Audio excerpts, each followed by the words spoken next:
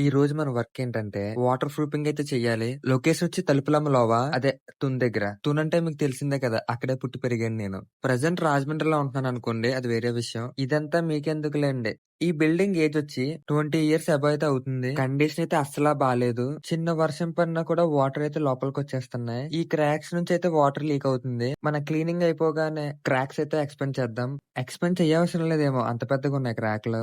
అయినా సరే ఎక్స్పెండ్ చేసాము. ఇంకా అలా క్రాక్ ఎక్స్‌పెన్షన్ అవ్వగానే క్రాక్ ఫిల్లింగ్ కూడా చేసేసాము. క్రాక్ ఫిల్లింగ్ అనేది 2 టైమ్స్ చేసుకుంటే మంచిది.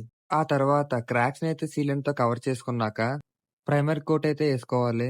అది కంప్లీట్ అయ్యాకైతే రూఫ్ సీల్ ఏసుకుంటున్నాం మనం. ఇంకా ఈ ఫైబర్ మెష్ అనేది ఫుల్‌గా ఏసుకుంటే మంచిది. వేసాకైతే ఇంత డిఫరెన్స్ ఉంటది దానికి దీనికి. స్లాబ్‌లో క్రాక్‌లు ఎక్కువ ఉన్న వల్లైతే మొత్తం మెస్ ఏసేస్తున్నాము. ఇంకా ఫైనల్ కోట్ అయితే అవుతుంది. మీ టెర్రస్‌కి కూడా వాటర్ ప్రూఫింగ్ కావాలంటే పైనున్న నంబర్‌కి కాల్ చేయండి.